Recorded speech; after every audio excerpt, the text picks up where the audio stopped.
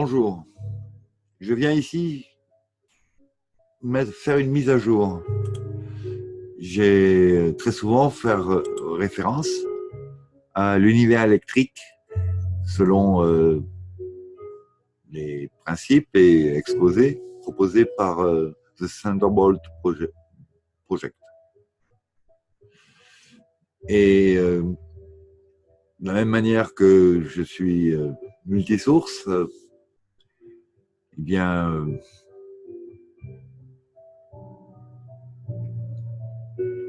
font partie de mes sources plutôt Miles Mattis. Et ce personnage est redoutable. Il est doté d'un QI certain qui lui propose non seulement une mémoire assez impeccable, mais en plus des opportunités de raisonnement hors des normes, en gardant en tête une grande partie de tout ce qu'il a pu engranger, ainsi que, a priori, un sens de l'intuition impeccable vers certaines vérités, de temps en temps, en tout cas, de ce que je peux en dire. Mais a priori, j'ai à peine compris une faible partie de ce qu'il aimait en général, notamment dans les domaines physiques dont il parle. Mais là, on va se servir de ses capacités de recherche et de patience, parce qu'il a une grande passion pour la généalogie et qu'il se permet des regroupements par la suite, basés sur 2 ou 3 sites de généalogie officiels. Et donc là, il est en train de remettre en cause l'univers électrique, à se demander si ce n'est pas de l'opposition contrôlée aussi. Sur la photo, on voit messieurs Schwartz, Talbot, Scherner et Thornhill. Personnellement, je fais un encart, personnellement, Thornhill, ce qu'il aimait au niveau des traductions des résultats qu'ils ont dans leurs expériences et observations, me paraît assez fiable. Ce que fait M. Talbot, d'élucubrer entre constamment les mêmes pétroglyphes avec constamment une seule version de leur explication, c'est nier la possibilité aux pétroglyphes de parler d'autre chose que ce que les gens ne voyaient dans le ciel, ou de n'en parler qu'au premier degré. Parce qu'a priori, ils ont fait beaucoup de représentations de ce qui existait dans le ciel à l'époque, qui pouvait être justement une configuration du système solaire selon les principes que Velikovsky a mis en place. Et si je vous parle de Velikovsky ici maintenant, c'est parce que, d'après le début que j'ai lu de cet article de Miles Mattis, on va se référer assez rapidement à Velikovsky. Donc, je ne vais pas forcément vous traduire mot à mot, mais il dit là qu'il s'était proposé à communiquer avec les débuts du groupe de Thunderbolt Project, qui est donc un groupe de physiciens, d'astrophysiciens dédiés à l'explication autre que par le biais de la NASA et de la gravité, qui n'explique rien du tout, puisque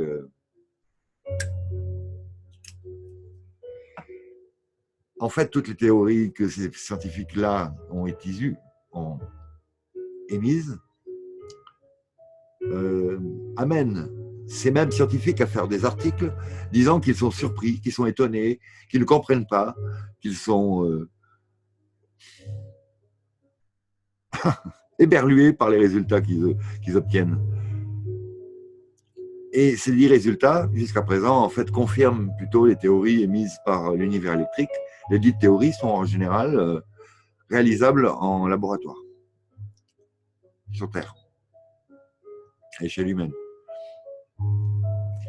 Donc, il avait proposé sa compétition. Il a été rebooté au départ, il me semble, parce qu'il a aussi d'autres théories. Il n'était pas d'accord avec toutes les leurs. Et il a aussi d'autres théories, telles que pi égale 4, en fait, mais en cinétique. Pour la conservation de l'énergie du mouvement, si je me rappelle bien. Donc,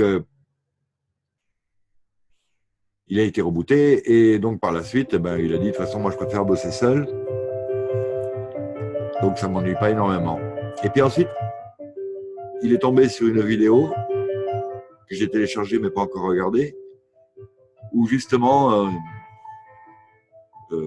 Monsieur Charner, qui a l'habitude d'écrire dans des revues qui sont plutôt, on va dire, officielles d'habitude. C'est-à-dire que ça déblatère de la science officielle, bourré d'erreurs, de pipoteries, d'ego, d'intérêts financiers, d'interdits spirituels, de maîtrise des foules, de contrôle des cerveaux et de l'humanité en général. Oh, pardon.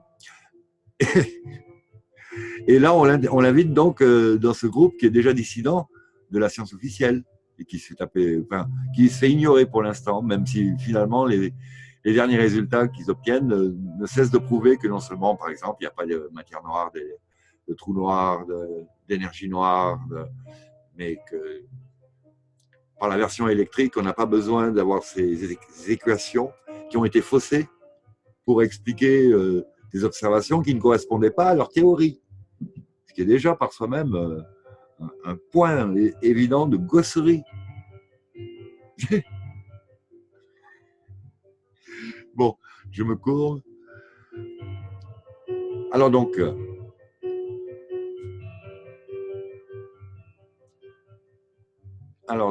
où en suis-je? Donc il se demande à quoi ça a servi qu'il passe là, et il dit finalement, eh bien, à ce qu'il semblerait à rien.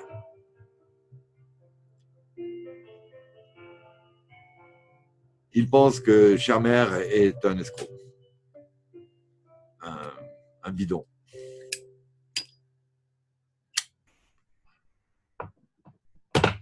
Pardon. Il est évidemment un agent d'un service de renseignement. Et il a été infiltré dans ces sociétés sceptiques, entre parenthèses, pour salir la vérité, diffuser des infos et protéger ses maîtres qui sont au sommet dans différents champs d'investigation et d'industrie, je rajouterais. Donc, il a participé à des bouquins et des revues qui sont la propagande industrielle,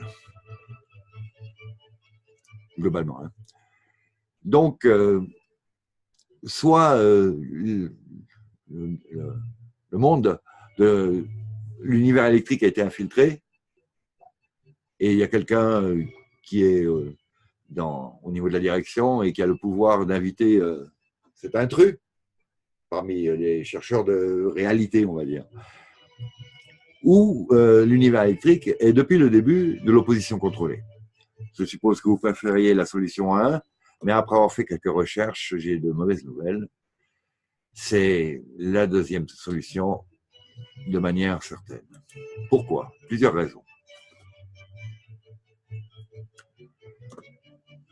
Il est de fait que l'univers électrique a été connecté à Emmanuel Veličkovský depuis le début. Veličkovský était même vivant alors que Talbot et Thornhill ont commencé cette aventure.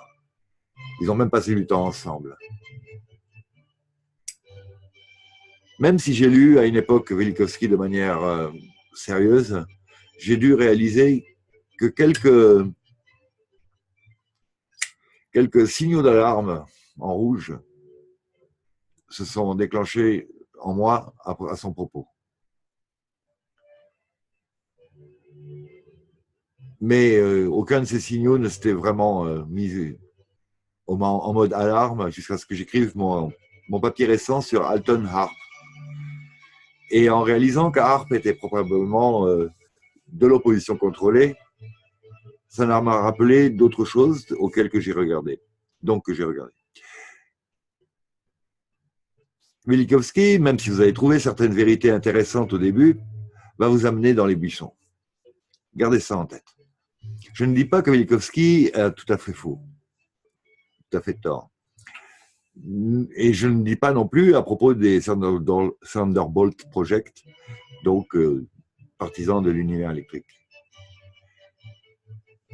De manière évidente, ils ont raison dans le fait que le système solaire ne se soutient pas uniquement grâce à la gravité. C'est quand vous dépassez ce point-ci que tout commence à tomber en ruine.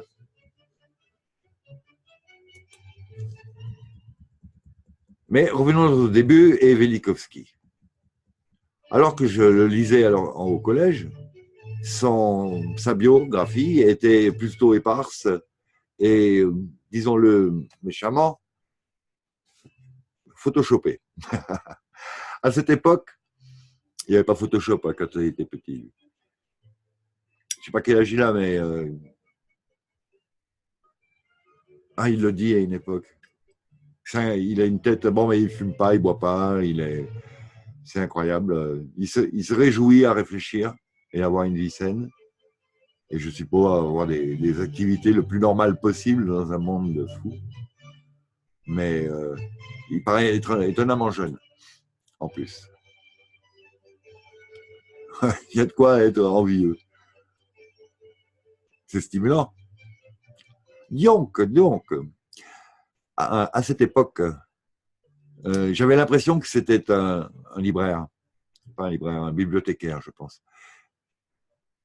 Travaillant dans quelques bibliothèques quand il avait du temps libre.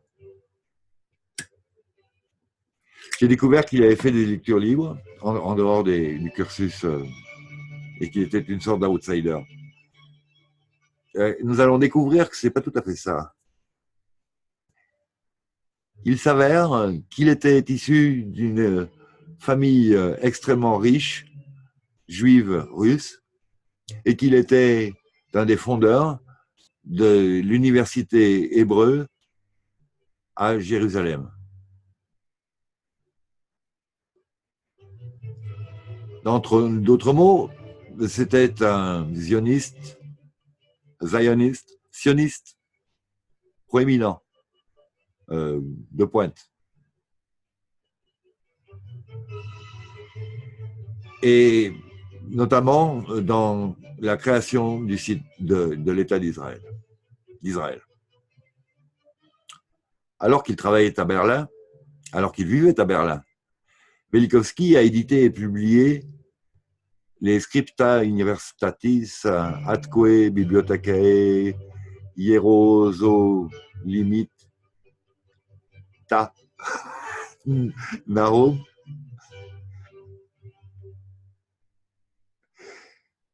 Hierosolimita Narum. Donc, les écrits de l'université, les écrits universels, rapport à la bibliothèque hiérosémite, je ne sais pas. Silémite, je ne sais pas. Simita. Bon. Et qu'il a travaillé avec Einstein. Et qu'il a écrit des bouquins, des volumes à propos de physique et de mathématiques.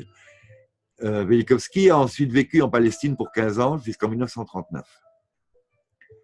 En travaillant en tant que psychiatre. Il était de la seconde génération, étudiant de Freud, étudiant directement sous la main, sous la pupille de Freud, qui était William Steckel à Vienne. Même s'il a été dit plus tard que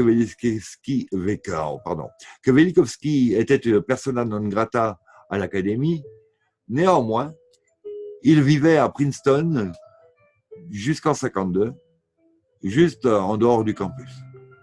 Curieusement, Einstein vivait juste à côté. Il est aussi curieux que cet outsider, qui était supposément évité par le mainstream, eut ses premiers livres à ses propos publiés par Macmillan, un des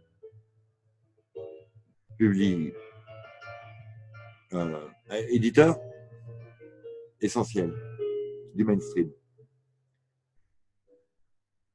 Il a eu des articles positifs dans Harper et dans le Reader's Digest dans les années 50.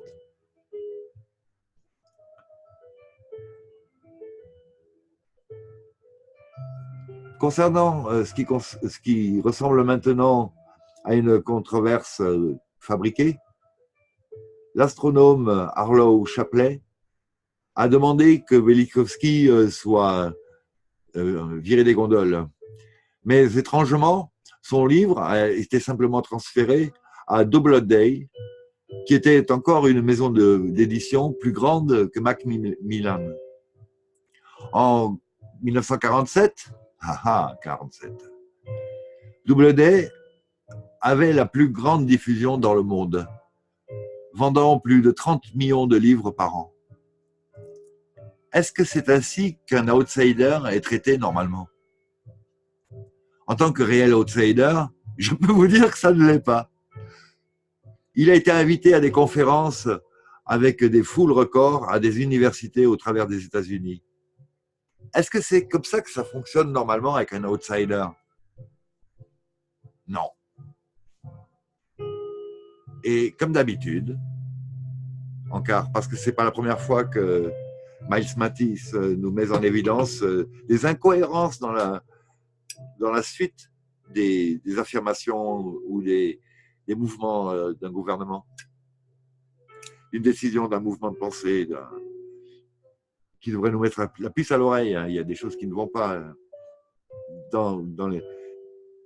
parmi même les faits exposés par les responsables, on va dire.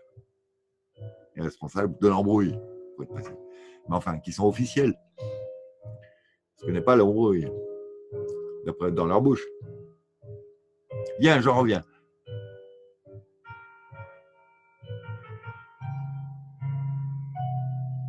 À un moment, Velikovsky est persona non grata à l'Académie, et au moment d'après, il fait des conférences records, un taux record dans les universités. Ça ne peut pas être les deux à la fois, depuis que l'Académie est l'université. Ils sont un et la même chose. Cela continue dans les années 70, lorsque CBC au Canada, je pense que c'est une émission de radio, une chaîne de radio, une station radio, émis un show spécial d'1 heure sur Velikovsky, et que la BBC en ont créé leur propre documentaire d'1 demi-heure.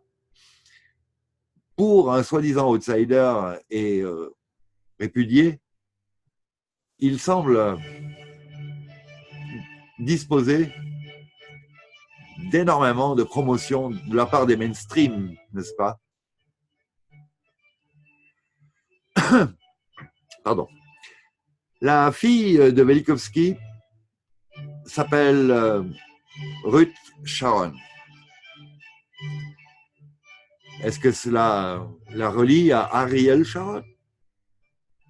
Le lien a été vérifié, mais je ne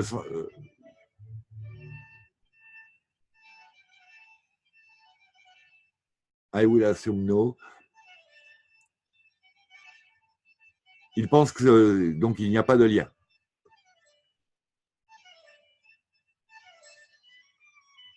Aucune des biographies d'aucun des deux ne vous dit d'où elle a obtenu son nom. Et Velikovsky.info, un site, vous dirige dans les fossés de manière magnifique.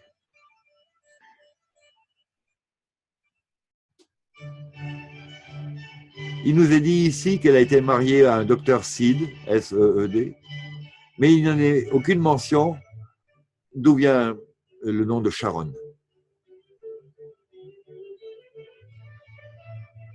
La meilleure devinette est que son premier nom de jeune fille, qui a été effacé, parce qu'elle était un cousin d'Ariel. Sharon. Donc, ce qui pourrait supporter cela, c'est que le fils de Ruth, qui est donc le petit-fils d'Emmanuel Velikovsky, est appelé Raphaël Sharon. Donc, son père a dû être un Sharon. En plus, nous trouvons que l'oncle d'Emmanuel s'appelait Moshe Alevi, qui était directeur du théâtre israélien Howell. Et en quoi est-ce que c'est un support? Parce que Ariel Sharon, le directeur du Mossad, était d'Ephraim Halevi, de la même famille. Tous ces gens sont très proches. Il va être dit que le nom véritable d'Ariel Sharon était Schneiderman, pas Sharon. Donc peut-être que Ruth Sharon, le fils de Ruth Sharon, s'appelait originellement aussi Schneiderman. Si l'un des ancêtres a changé son nom, tous les descendants auront le nom changé, n'est-ce pas?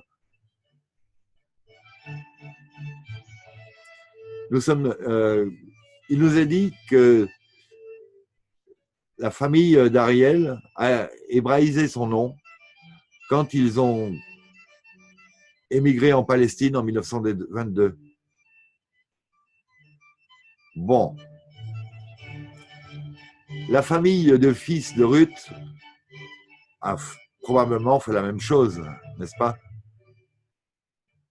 Le site personnel de Ruth est relié à sa page.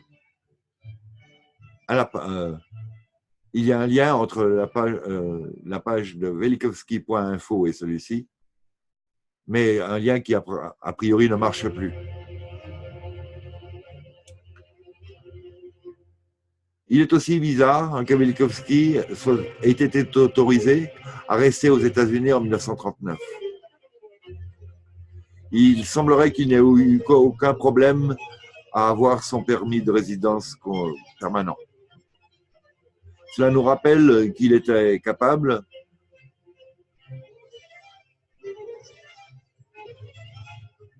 d'être des deux côtés de la guerre comme s'il n'en avait point eu. Ça a été particulièrement bizarre en regard de la Première Guerre mondiale, alors qu'il avait 19 ans quand elle a commencé et qu'il était en Russie. Au lieu d'être engagé en 1914, il est entré à l'université de Moscou et a commencé à étudier la médecine.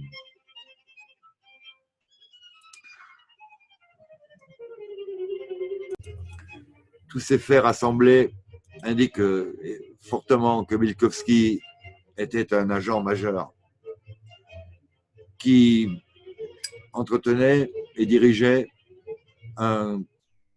une campagne d'opposition contrôlée au long terme. Une sorte de gladio, quoi. Plus d'indications dans le même sens est cet agent Carl Sagan qui a aidé à sa promotion dans les années 70 et 80 dans ses livres et dans Cosmos. Demandez-vous pourquoi Sagan aurait pris le temps de mentionner Velikovsky d'une manière ou d'une autre. Nous pouvons être sûrs que Sagan a envoyé de nombreux lecteurs à Velikovsky pour vérifier de quoi il s'agissait, pour les y intéresser, on va traduire. En fait, c'est comme ça que j'en suis arrivé à Velikovsky. J'ai lu Le cerveau de Broca et Les dragons de l'Éden durant mes hautes études, dans la fin des années 70. Et c'est comme ça que j'ai chopé Velikovsky,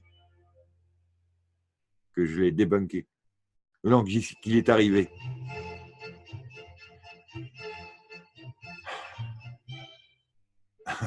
J'espère que vous avez du souffle. Je vais faire une petite pause, je vais boire un coup.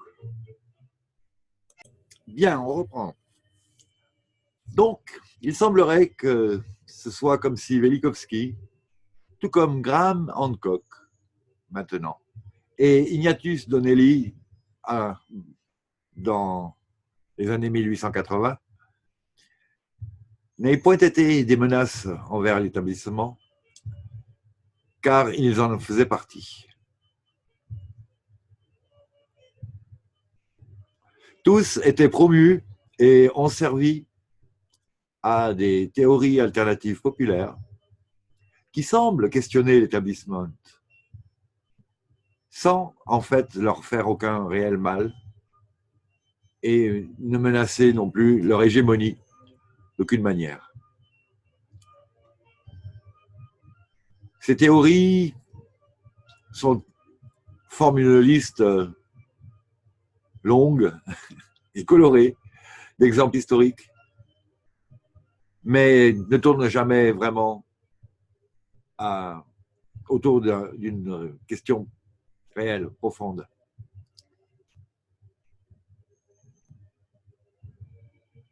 Aucune ne semble avoir pris le temps de plonger assez profondément dans les équations du mainstream telles que je l'ai fait en l'instance, démontrant par là, en ressortant, en extrayant ainsi des erreurs spécifiques et en les corrigeant ligne à ligne. Au contraire, nous avons des propositions diverses, style farfelu, quoi qu'elles puissent contenir parfois des idées intéressantes, mais qui ne vont jamais nulle part. Les propositions restent au même niveau pour des décennies,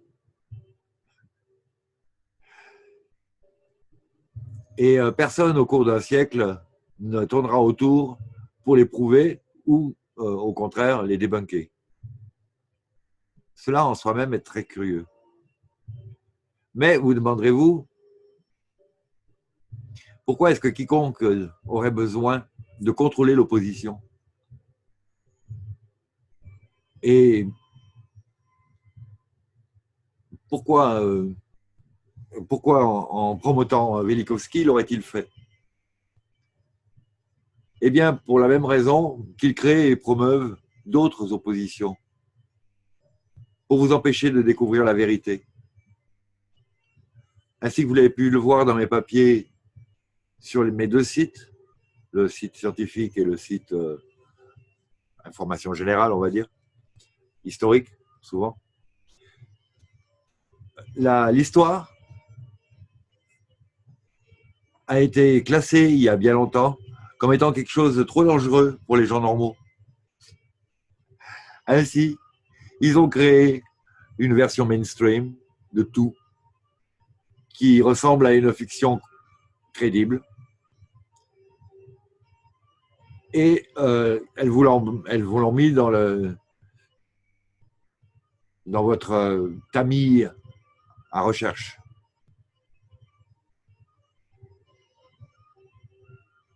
Mais ils savaient que certaines personnes remarqueraient cette fiction, la dévoilant parfois.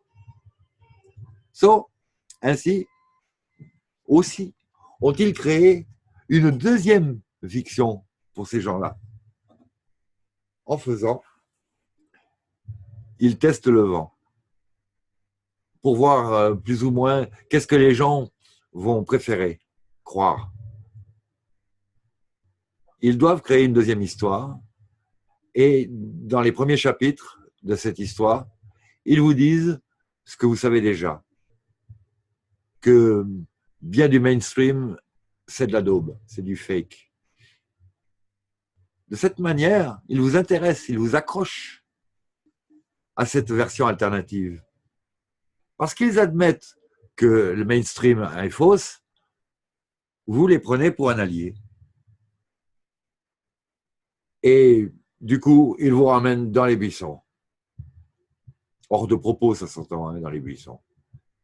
Et vous êtes reperdu pour quelques décennies de plus. au moment où vous vous rendrez compte de la deuxième arnaque, vous serez trop vieux pour pouvoir y faire quoi que ce soit. Je sais que c'est ainsi que ces arnaques fonctionnent parce que je l'ai découvert de nombreuses fois auparavant.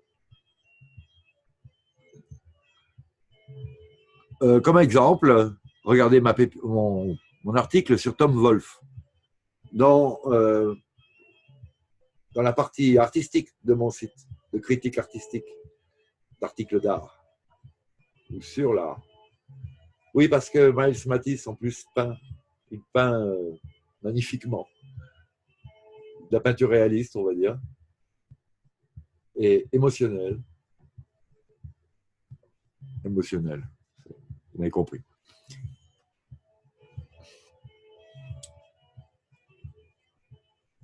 Et c'est grâce d'ailleurs à cet œil d'artiste qu'il a pu détecter dans énormément de photos historiques des faits, des montages, des incohérences qui l'ont amené à se poser énormément de questions.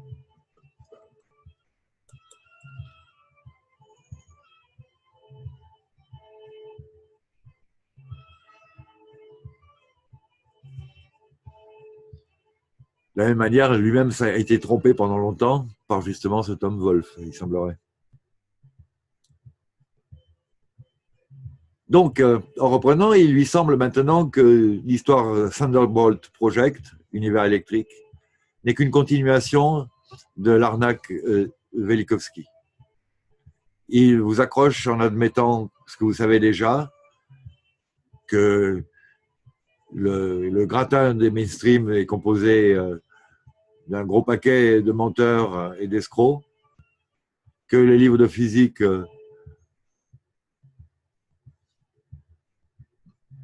ne sont rien de plus qu'un édifice embarrassant de mathématiques aléatoires, approximatives et de mauvaises théories. En utilisant la véritable physique des plasmas comme fondement, ils vous bâtissent globalement un univers électrique de remplacement pour remplacer la théorie de la gravité. Et vous croyez que vous avez fait des progrès.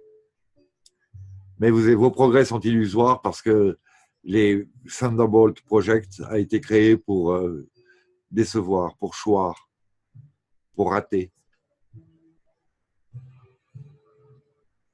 pour couler, pour s'écrouler. Non seulement leurs théories sont maigres et extrêmement limitées, mais ils ont été créés à dessein de s'autodestruire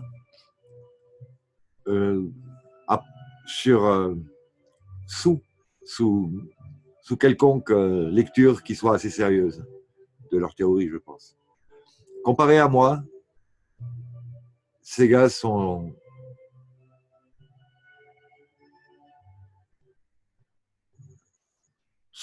des amateurs.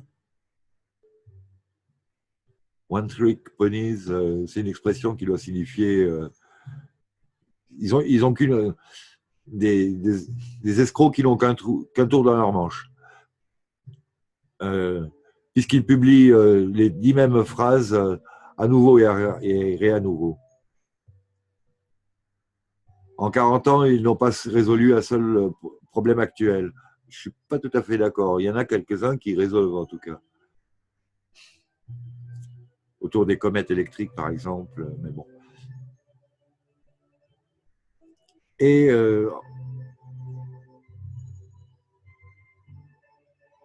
pendant la moitié de ce temps-là, j'ai résolu des centaines d'autres problèmes majeurs en physique qui remontent au temps d'Euclide.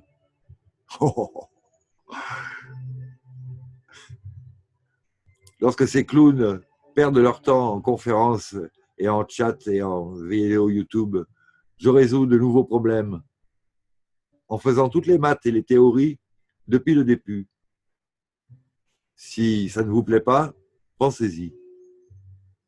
C'est de toute façon ainsi qu'il est et il va falloir que vous vous habituiez. Il m'a pas l'air de mentir, hein. Ça a l'air très prétentieux, mais... Donc là, il va commencer à aligner toute une série de preuves à sa liste d'assertions. Il dit petite série, effectivement, c'est une petite série. Je crois qu'il en est à son 6e livre. Il se demande si les Thunderbolts ont résolu le problème de Bode,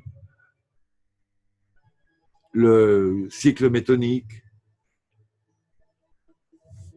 le pérhélion de Mercure, la planète, la fondation des calculs. Est-ce qu'ils ont réussi le diagramme d'un nucléus, d'un noyau? Non, ça c'est lui qui l'a fait. Est-ce qu'ils ont prouvé que la matière noire est une charge? Non.